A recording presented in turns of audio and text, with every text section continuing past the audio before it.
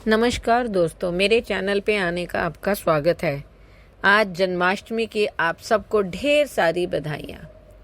शुरू करते हैं आज की सुर्खियाँ।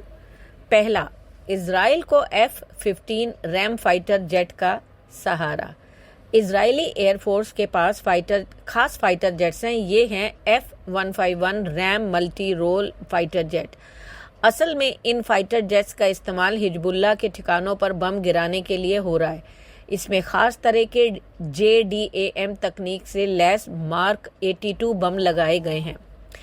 JDAM का मतलब है जॉइंट डायरेक्ट अटैक म्यूनिशन। ये तकनीक टारगेट की तरफ बम को बेहद सटीकता से लेकर जाता है ताकि निशाना चूके नहीं।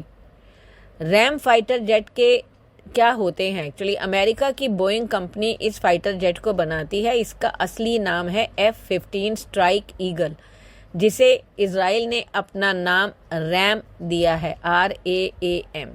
इसका मतलब होता है थंडर। इस फाइटर जेट की लंबाई 63.9 फीट है, विंग स्पैन 42.9 फीट और ऊंचाई 18.6 फीट है। वजन 14,379 किलोग्राम है।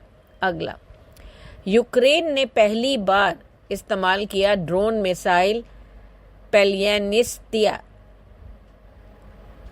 24 अगस्त 2024 को रूस के ओस्त्रोगोस्का इलाके के वोरोने हथियार डिपो पर भयानक धमाका हुआ। आग का गोला आसमान तक गया। इस डिपो पर यूक्रेन ने स्वदेशी हथियार से हमला किया था। इस हथियार का खुलासा भी उसी दिन हुआ। ये एक ड्रोन जेट मिसाइल है जिसका नाम है पेलियनिसिया। ये ड्रोन और मिसाइल का हाइब्रिड है। यूक्रेन इसका इस्तेमाल रूस में प्रेसिशन अटैक के लिए कर रहा है, यानी टारगेट पर सीधा और सटीक हमला। पेलियनिसिया में हाई स्पीड ड्रोन की खूबियां तो हैं, इसलिए मिसाइल वाला टर्बोफैन इंजन लगा है ताकि इसे ज़्यादा तेज़ गति मिल सके। इस हथियार का इस्तेमाल पहली बार किया गया था। उसने सटीकता से रूसी टारगेट को हिट किया। ड्रोन मिसाइल के आगे 20 किलोग्राम तक का फ्रेगमेंटेशन वॉरहेड लगाया जाता है। इसमें जो इंजन लगा है वो एक माइक्रोजेट है जिसका वजन 4 किलोग्राम है। यह 43 किलोग्राम का थ्रस्ट देता है, यानी ड्रोन को उड़ाने के लिए काफ़ी ताकत मिलती है। इस ड्रोन का फ्रेम लकड़ी का बना हुआ है, इसलिए उड़ान आसानी होती है। इसके ऊपर फाइबर ग्लास की कवरिंग होती है। अगला, उत्तर कोरिया ने सुसाइड ड्रोन्स का परीक्षण। अमेरिका और उत्तर कोरिया में तनाव के बीच किम जोंग उन अपनी बढ़ती सैन्य क्षमताओं का प्रदर्शन कर रहे हैं। उत्तर कोरियाई नेता किम जोंग उनके मिसाइल प्रेम से दुनिया वाकिफ है, लेकिन किम को अब ड्रोन भी पसंद आने लगे हैं। उत्तर कोरिया के नेता किम जोंग उन ने लक्ष्यों पर हमला करने के लिए तैयार किए गए खास आत्मघाती ड्रोन्स का प्रदर्शन देखा।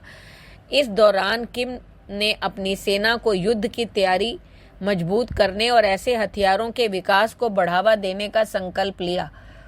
सरकारी मीडिया की ओर से सोमवार को यह जानकारी दी गई है। अगला, यूक्रेन ने रूस पर किया कड़ा प्रहार। रूस और यूक्रेन के बीच जंग खत्म होने का नाम ही नहीं ले रही। यूक्रेन ने रूस पर कड़ा प्रहार किया है। रूस के सारातोव शहर की एक ऊंची इमारत पर यूक्रेन ने ड्रोन हमला किया है। सारातोव शहर के 38 मंजिला वोल्गा स्काई अपार्टमेंट पर हमला किया गया है।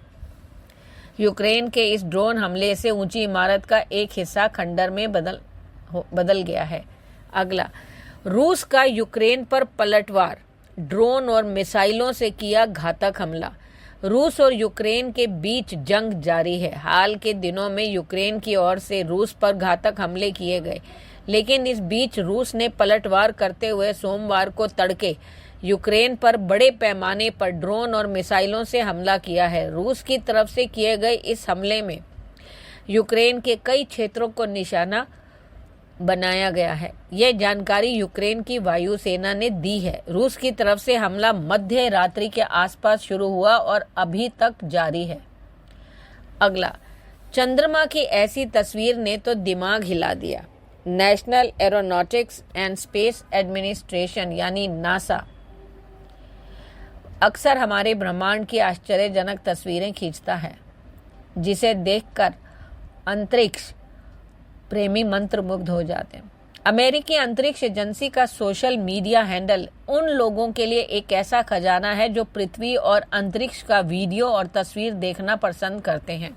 इस बीच नासा के अंतरिक्ष यात्री मैथ्यू डोमिनिक, जो लगभग 4 महीने से अंतर्राष्ट्रीय अंतरिक्ष स्टेशन पर रह रहे हैं, ने हाल ही में प्रशांत महासागर के ऊपर से चंद्रमा की एक अद्भुत तस्वीर खींची है। वायरल हो रही तस्वीर में एक सुंदर दृश्य दिखाया गया है, बादलों और पृथ्वी के वायुमंडल से पहले नीला रंग। शानदार फोटो के बारे में तकनीकी विवरण देते हुए उन्होंने लिखा, 400 millimetre ISO 500 1/20,000 S shutter speed f2.8 cropped